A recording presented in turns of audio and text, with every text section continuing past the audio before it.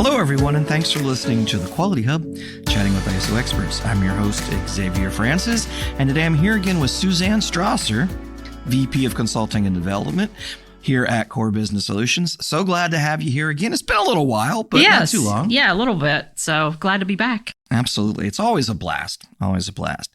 Well, so today we're going to be talking about looking at your ISO system at the end of the year, what you should review, what you should do. But first, since we're here near the end of the year, and we know a lot about you already, I got two questions. Okay.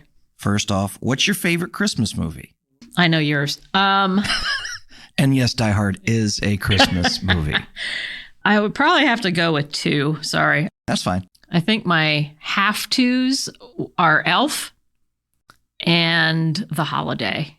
The Holiday? I've not seen that. Oh, it's so good. Oh, okay. I thought Elf might be one. Yes. Since we did a video Christmas card before and we did some mimicking from that. All right. So second, what is your favorite holiday beverage? Oh, boy. And they could be adult beverages or non. Sure. I'm not an eggnog person, so, maybe some hot chocolate with some Baileys or something like that. A little peppermint hot chocolate. There you go. Mine, I drink way more spiced rum than I should throughout the holidays. And it could be an eggnog. It's just, I love it and everything. There you go. So, yeah, you have to get the big one, Yeah. But on that note, we are here to talk about ISO today, not Christmas themed things. Okay. And so on and so forth. But at least we get to know a little more about you and what you like. All right. So first question here. How should companies evaluate the resources and infrastructure needed to support their QMS at the start of a year? Oh, boy. So, look, one of the first things you should consider is how efficient have your QMS activities been? Okay. That's probably a good place to start. So, have you had your management review meetings on time? Maybe. Or your corrective actions being closed out? What? Quickly? When were the bulk of your activities done, like your internal audits, supplier evals, document reviews? Was it right before your external audit, like us? Maybe. Maybe. So that's all an indication of perhaps not having enough resources to effectively manage your QMS. So maybe you need some more internal auditors trained up, or training for others on how to implement corrective actions, or do your supplier reviews, or whatever into your normal activities over the course of the year, and not right before the audit. All right. I could certainly see where all of that is important and might be an indicative of, you needing a few more resources. Possibly. So really looking back and making sure you have enough buy-in and resources to handle the aspects of your quality management system. Yeah, absolutely. And technology can also play a pretty pivotal role in, modern QMS management. Mm-hmm. You should really explore how automation can streamline your key processes like document management, non-conformance tracking, corrective actions, that sort of thing. We might have a software that could help with that. Software for that. Yeah. And if you're in good shape with all that, then, go you. You're unique. Yeah. Great. You stand out from the rest of us on what that might be. So next question. How can organizations use their year-end data to identify gaps or areas for improvement in their quality objectives? Sure. Organizations can leverage their year-end data to identify gaps and drive improvement in their objectives through, I'd start with a structured analysis process. Okay. So it really starts with aggregating your data across all your departments, including your production metrics, customer feedback, compliance reports, even financial performance. Okay. And I think one point is to make sure you check the validity and completeness of your data. This is a really good time to do that exercise. Okay. So really getting the information that you need, validating it, and taking a big look at how your QMS is functioning. Yep. And then analyzing your trends, such as your year-over-year performance or seasonal patterns, things like that. That helps identify recurring issues or opportunities for improvement. Okay. And there's a number of quality tools like Pareto analysis or fishbone diagrams or 5 whys and so on that you can use to uncover root cause analysis. You got to really focus on your high impact areas like customer dissatisfaction or compliance gaps, process bottlenecks, things like that. And that ensures your efforts will target your most critical needs. Okay. And of course, engaging stakeholders like we always talk about on here, including your employees, suppliers, customers, that can really provide some valuable insight into your, what path to focus on, maybe through surveys or focus groups or that sort of thing. So really getting focused on major feedback from your data. Looking at that, determining where's the problem, where's the root cause, how are we going to look at it moving forward? Totally. Okay. And also, employing some continuous improvement frameworks like Six Sigma or Lean, total quality management, TQM. That's how I started in the quality field in the 90s. But this still holds up, and that can be applied to address, identified gaps really systematically. Okay. So with a detailed action plan, you outline your initiatives and responsibilities and timelines, your success metrics, and, create a path forward. Okay. And then finally, establishing a monitoring process with regular reviews that enables you to track your process and to adjust your strategies as needed. It's all plan, do, check, act, of course. It's not new. Right. That certainly does seem a good way to, again, and we've talked about this ad nauseum almost. You got to measure it. Absolutely. To see how you're doing. So this is a really good time to take that, make sure you're measuring the right things. Yes. And look at it from a really broad perspective of, is that helping the business? Is that helping the QMS? Right. All right. So next, how can companies effectively review and update their risk and opportunity assessments at the end of the year? So to do that, to really, look at your risks and opportunities, particularly during a change in a presidential administration. I think we're going to have one here. Yeah, and regardless of where you're at, it's a change. So it's a disruption, right? So you really have to be thorough and flexible.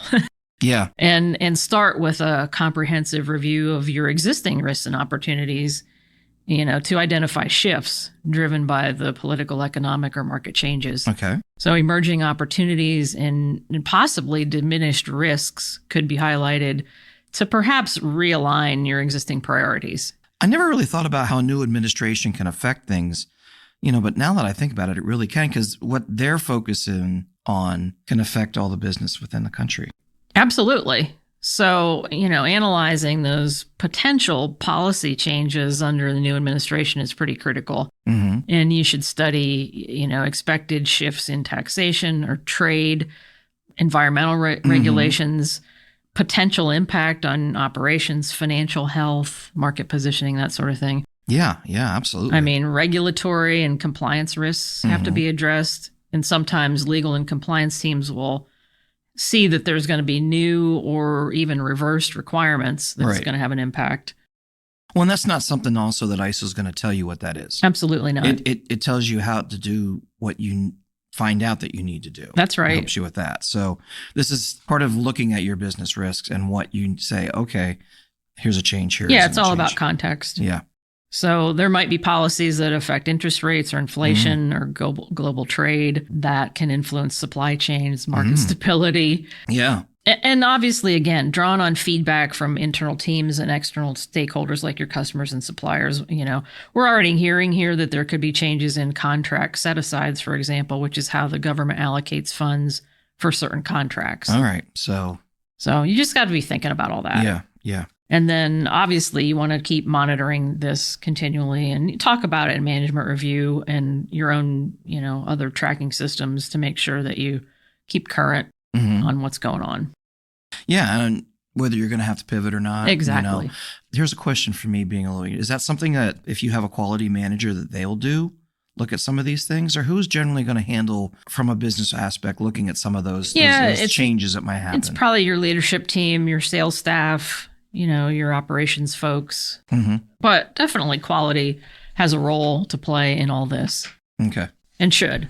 Right. But it's good to think about it from a perspective of every time we're going to have a change in administration or something that may affect it, look into, see what might be affected. Right.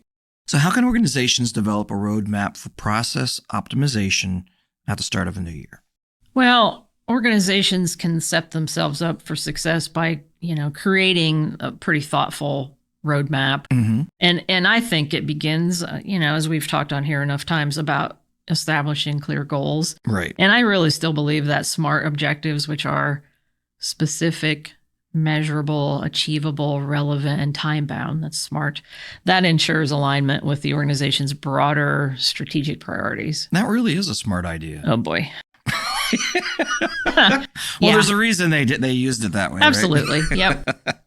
So, once your goals are set, the next step is to really evaluate your current processes. And maybe it's through conducting audits or gathering input from employees and stakeholders again, and analyzing that data that uncovers your inefficiencies, your redundancies, your bottlenecks, all that fun stuff. So here we're getting at probably really engaging with your workforce, saying, hey, how doesn't this work right? Absolutely. If you haven't already. Yes. Or maybe you take this time of the year to look at it more detailed.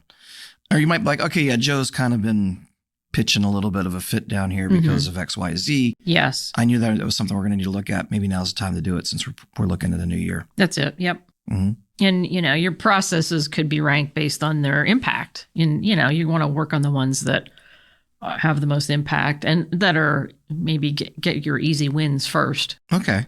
I never really thought about ranking. I mean, we rank risks, but ranking your processes and what you need to change. I mean, that certainly does prioritize importance, or maybe, like you said, getting the easy stuff done first. So it's not a backlog. Yeah. Yep.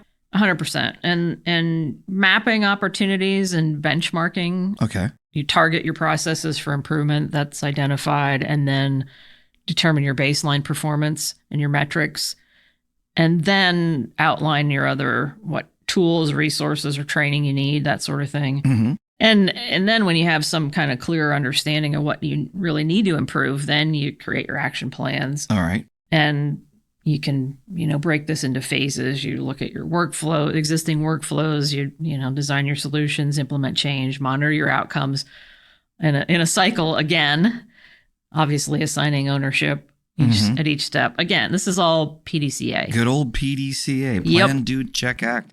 It might be good and old, but there's a reason it's good and old. Yeah, exactly. But you really do want to make sure that, again, it's a process to look at your processes. You want to do it in a manner that is going to be the most productive and get you the best results. And I think you can also leverage technology here as well. Automation is up and coming. There's a lot of AI tools available.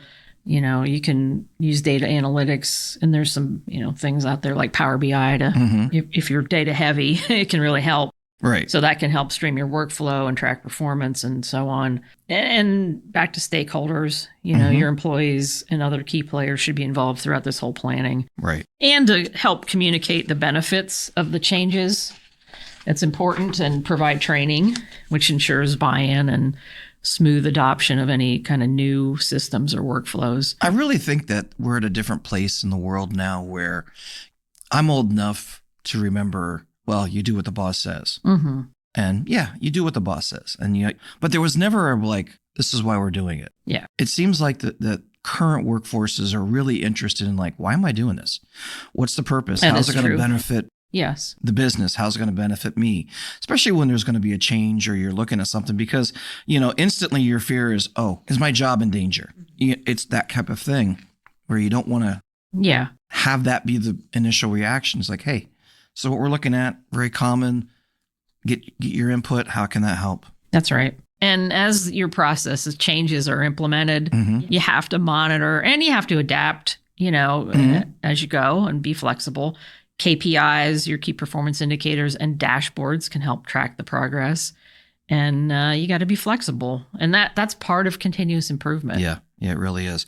Again, monitoring it, making sure these things are doing what you want. Just because you put a plan in place and go about it doesn't mean you're going to get the results that you intend. Yeah, sometimes. for sure. But here's another thing. I like this. So throughout your journey, it's important to document and then market them within the organization and then celebrate. Yeah. I think a lot of us forget that aspect. So celebrate your wins, celebrate your losses. If you learn something from them, why shouldn't you? Yeah, and, absolutely. It's really important to your team and for you and for individuals to feel that, you actually care about them. Yeah. I totally believe in servant leadership and getting out of the way so folks can excel at the jobs that they know very well how to do.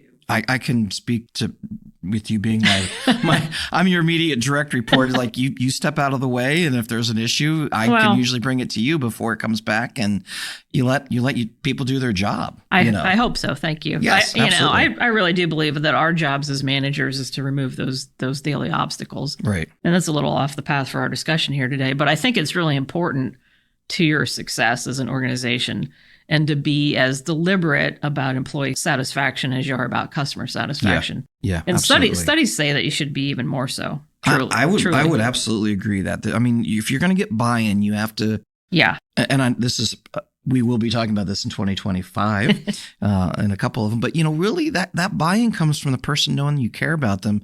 They don't just look at you as somebody that helps with on manufacturing. It doesn't come from just somebody saying, hey, you're doing a job, I pay you to be here. That's the end of it. It really does come from them feeling empowered to do the best job they can. And I've said this before, so has Suzanne, and you've said it, people don't want to be here and do a bad job for the most part. Yeah.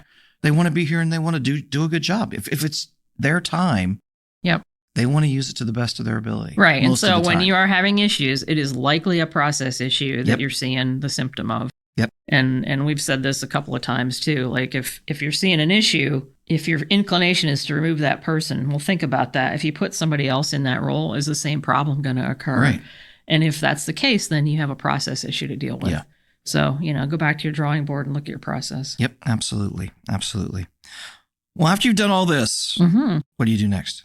Well, obviously, optimization or efficiency improvement, whatever you want to call it, it's never a one-time effort. We know this. We do. So scheduling your regular reviews, your quality, such as your quarterly check-ins, talking to your interested parties, keep the roadmap on track, and ensure that, your refinements are made as part of an ongoing cycle of improvement. Yeah, absolutely. It seems to me that really here might be a good time to take a step back, not unlike you do with a management review, but look at your QMS from all aspects, with how your processes, your buy-in, your employee engagement, are you getting the results you want?